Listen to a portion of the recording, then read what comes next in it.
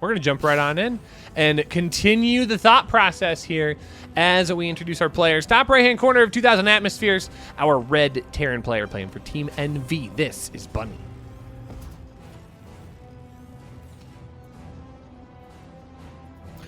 And in the bottom left for Dragon Phoenix Gaming, you know, Rushi, he still hasn't gone to military service, and some of us wonder if that's ever going to happen. He seems to be immortal to the inevitability of that. Ladies and gentlemen, it is Zest.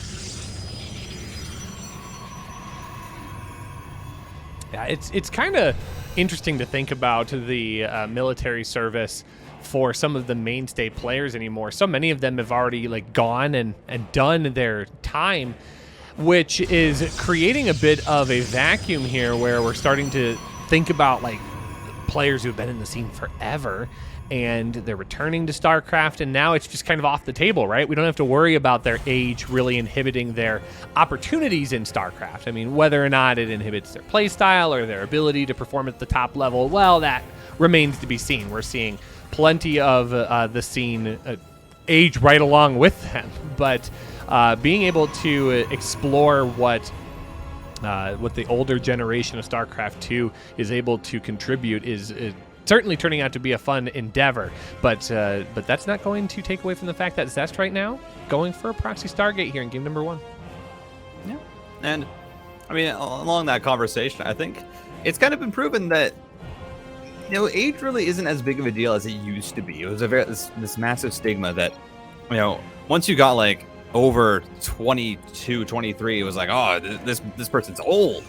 And it's Dongray Gu came back, and he had incredible performances, even in his mid to late 20s. And, you know, I think that kind of did help to break that. Of course, we also had multiple Broodlord players, including Flash, you know, of course, the greatest of all time. We're just showing that, you know, that age stigma, it's not really true. You can come back after a long break. You can age along with the scene, and you'll still be able to play up to that level. Of course, there's always going to be new talent that is being developed and that is going to continue to rise or raise the level of play. But that's just natural with any game.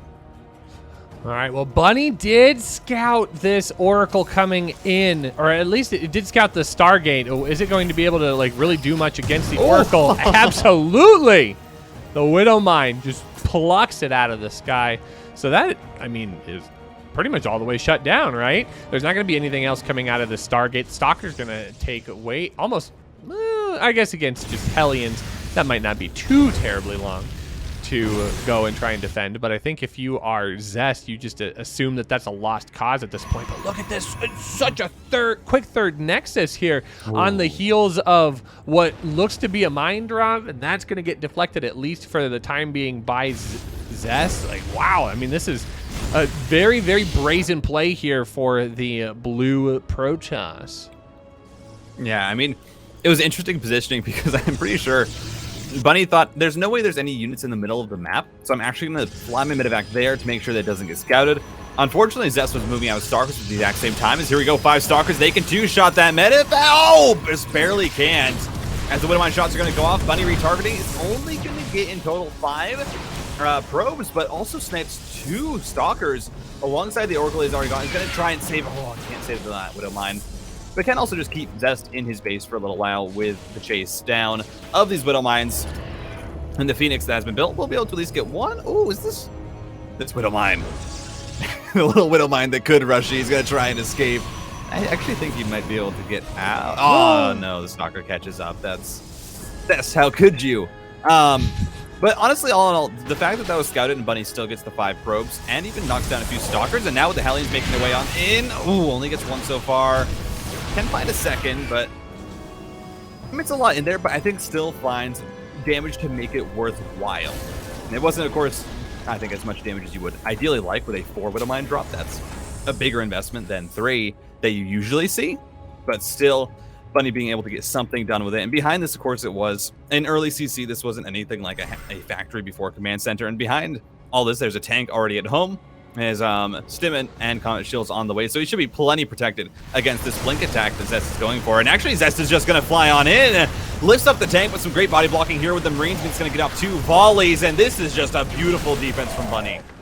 That was really, really well done. I mean, props to Zest. He had the right idea in mind, going in with Phoenix and lifting up the building before, or not the building, the tank rather, before it was able to deal a lot of damage. But the Marines just changed their focus fire, got right on top of that Phoenix, and made that tank so much more valuable here. But Zest, ever the quick player here, already has an additional piece of a transition on the way. He's got 5 gateways being warped in right now. We do have Sidestorm being researched as well.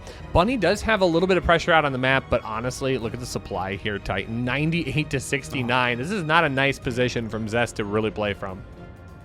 And luckily for Zest, his gateways are coming up just in time, but I think ideally we need to see the workers, cut here, because this is the 7-minute timing attack. There's going to be stim, combat shields. You have Marines and Marauders. I don't believe, the tank was killed, so that's not going to be here, but you also have the 2 Widow Mines, and with the drop trying to distract in the main, Zest, there we go, pulling off probes completely, is just going to be focusing on those orbits, but that's a great depower of 3 of these gateways. Bunny are already getting so much value. He's going to try and stim on in. Storm just now finishes Bunny with the splits. Is going to be able to knock down one of the High Templars, focus down the Archon as well at the 3rd, and that's going to be GG. A clean game from Bunny. Go ahead. Oh, okay. Well, thank you. As in the bottom left-hand corner from Team NV, he, of course, is looking pretty clean so far. He's hopping onto the battlefield. A new contender has arrived. It's Bunny.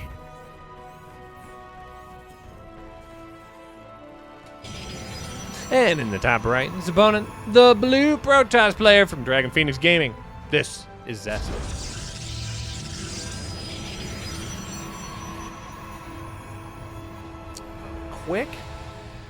Quick bump out here. The Proxy Oracle not getting the damage done that it needed to. I mean, really not getting any damage done. It got just swiped out of the sky by the Widow Mine.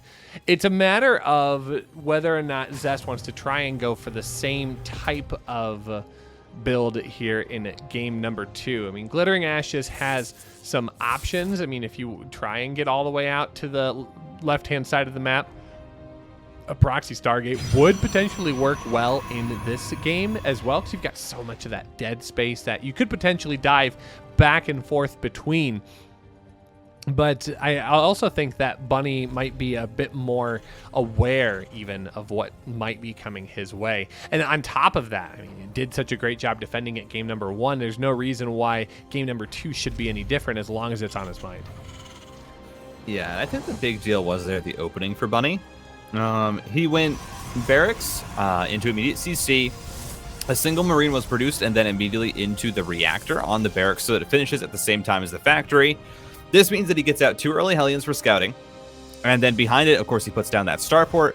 And from there, you're going to be producing up to 4 Widow Mines. And pretty much that opening, it's very risky because you know that if your opponent is going to be aggressive with early gateways like a Max Pax or a Proxy Gate, then it's really hard to hold that pressure. So Bunny does his due diligence with his scouting and sees the Stargate. But even without that, you already should position those first 2 Widow Mines in, at least one of them behind the refinery in your main base to hide it, especially if you're playing at this high level, as Bunny did, so that you can snipe if an Oracle comes across the map. I think because he saw it, he moved the second Widow Mine there as well. And that was the one that actually ended up sniping the Oracle. So I think it was just really solid play there from Bunny. He wasn't taking any risks. He wasn't really, he was making sure that even though he was doing this opening that is usually somewhat punishable if you are unawares of what the Protoss is doing, and making sure that he had an idea that at least there was nothing imminent coming across the map, and if there was, he scouted it. But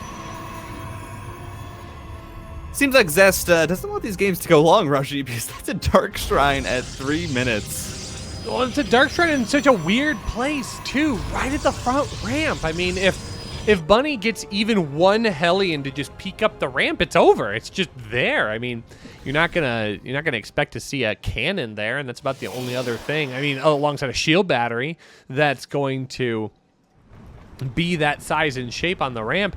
Like, that could just be a critical error if this Hellion gets even the smallest amount of scouting information. But it seems like you're absolutely right. Zest doesn't want this game to go very long. He is going to do his diligence to try and keep Bunny pushed back. He will be able to intercept the first Hellion for sure. That is going to bounce back. But like even a stray scan, like honestly, just the scan at the natural could very easily grab this by accident, and Zest just gives away all of his information. But it's going to be the medevac coming in with the Widowmine drop. Oh no, does get by just a little bit here. The mines are going to be able to drop, and the medevac does make its way in. Okay, it does reroute there at the very end. Where's the final mine going to go down? In main. Okay, 7 probes in total. Yeah, does it end up seeing actually, it does. Yeah, no, the big news here was even without seeing the Dark Templar Shrine, Bunny actually saw the very, very early Warp Prism making its way across the map. And almost 90% of the time, if you see a Warp Prism across the map at 4 minutes, I mean, or 4:20, you are assuming that that is something cheesy. So, and I think Bunny made the right read there. He said, all right, this is probably a Dark Shrine, puts down the missile turrets, already had the Raven in production for defense. And, I mean, I think the Dark Templar Shrine, it's not the worst position because, of course, your opponent doesn't expect it to be there. But as you said, the medevac just comes back, and even if Bunny hadn't already been preparing for this opening, he would have seen it then and been completely in the know as to what Zest was doing. And once again, this is a very, very big investment for Zest. It doesn't pay off, and he's having to take this third base to try and recover out of this position. Oh, and he's got to dive in so far with these Archons, again, just to try and return any possible damage he can to the economy of Bunny. Right now, it is 7 probes lost to only the 3, and that number's going to climb here. Getting a good transfer pylon or probe as it comes in here. This is going to continue to roast more units here. Now we're up to 11 in total. The Warp Prism keeps getting bullied away as well. Zest is just finding the impenetrable form of a Bunny just a little bit too much to handle. Yeah, I mean this Bunny that we are seeing right now is honestly scary with how well he is reading the game and how well he's reading what Zest's intention is with these builds. As we're going to see a double drop loaded up, this is going to make its way across the map. As you said, that Warp Prism completely deflected. Pretty much no damage gotten. It's 11 probes that have gone down to only the 3 SCVs. And everything that Bunny has lost, he has committed in for additional probe kills. It was 4 Widow Mines for 7 probes. That's actually not the best, again. But with the Hellions making their way in, suddenly you make it a little bit better, as the double medevacs are going to be across the map. And Zest does have units in position, luckily. And with the Archons here, it's very hard to actually make these Marine drops find any damage. You have that additional splash against the light, and just going to be able to push this back at least. But Bunny's going to consolidate his forces. He has +1. He has stim. Combat shields will also be on the way. He says, well, I can actually probably fight this on their turn. And, oh, I love this interference matrix on the Warp Prism. He says, no, Zest, you are not going to be able to run away. Even one on the Archon. I didn't know you could do that. But apparently you can. The Archon is disabled. That means that Zest just has to run on away. But the supplies are a little bit better here for the holding this time.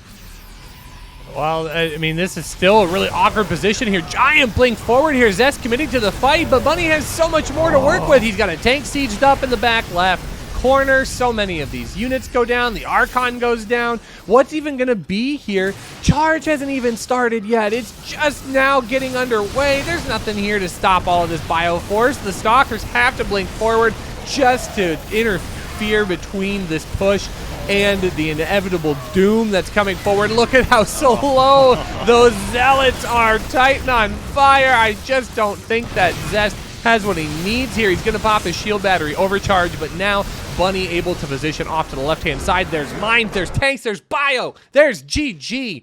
Bunny with a quick 2-0 victory here. Advances on to Code S.